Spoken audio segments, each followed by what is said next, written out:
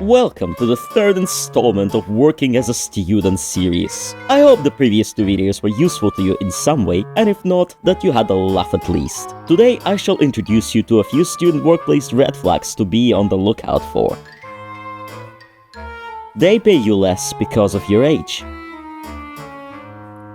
Before I proceed, yes, I know, it's a fairly common practice in the United Kingdom to pay lower wages to employees aged below 21. However, I kindly encourage you to do your best to avoid such places because A, there are alternatives that will pay you a normal hourly rate, and why would you want anything less than that while doing the same job as the rest of the employees? And B, your employer can, and most likely will, abuse this rule. Upon coming to the UK for the first time, I didn't know any better and found a job as a kitchen staff in a certain dessert cafe that shall remain unnamed. I was 19 at the time, so my hourly rate was 7 quid, while employees over 21 got 9.5. 7 per hour was significantly higher than what I got back in Croatia for the same sort of job, so it didn't bother me much at the start. That was until 2 months in, I noticed a lot of older staff got replaced with young and innocent student faces, to the point where I realized I was one of the most long-staying hires. The result of that were major order delays and straight-up catastrophes, because nobody was experienced enough to deal with certain things. As I felt my sanity evaporating, one day I just walked across the street into the McDonald's and asked if they were hiring, in my old workplace uniform. The point is, don't get abused because you're young and inexperienced. Why are you running? They don't look at your CV.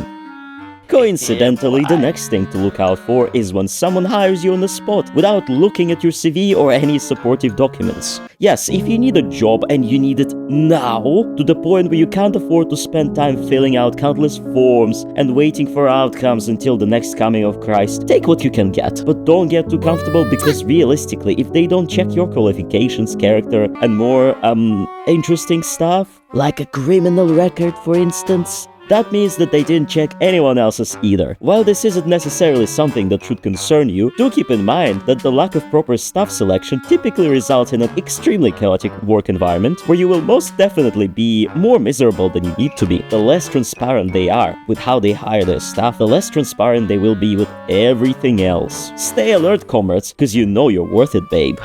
They have high staff turnaround.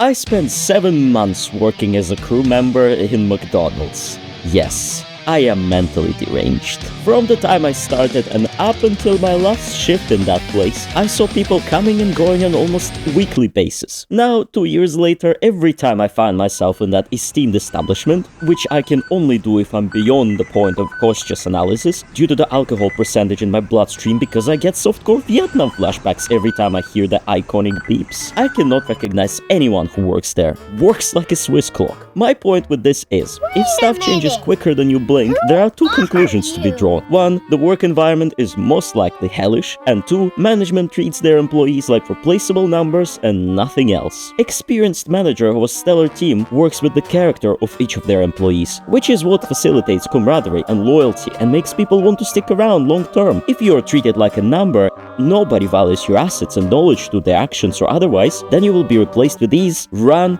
and avoid at all costs. The manager talks like they're running for a presidential campaign.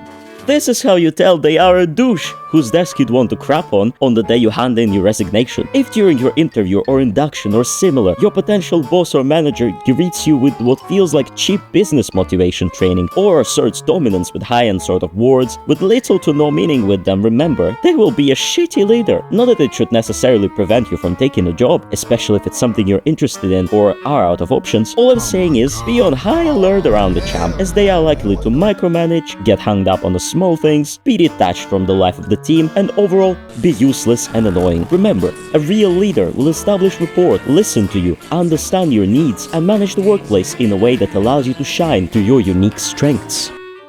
Observe your colleagues.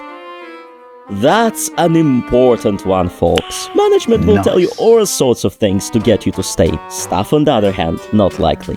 Have a walk around after your interview or during your trial shift. Talk to people. Ask them about the workplace, how they get treated, and whether the party in charge expects reasonable things or miracles. Pay attention to how people hold themselves. Do they talk with each other, or do they sit around quietly like a bunch of hollow men, averting their gaze in tightly shut poses? All these can be indicators of an unhealthy and stressful work environment. The question you should be asking yourself is, do I want to be a part of this or nah?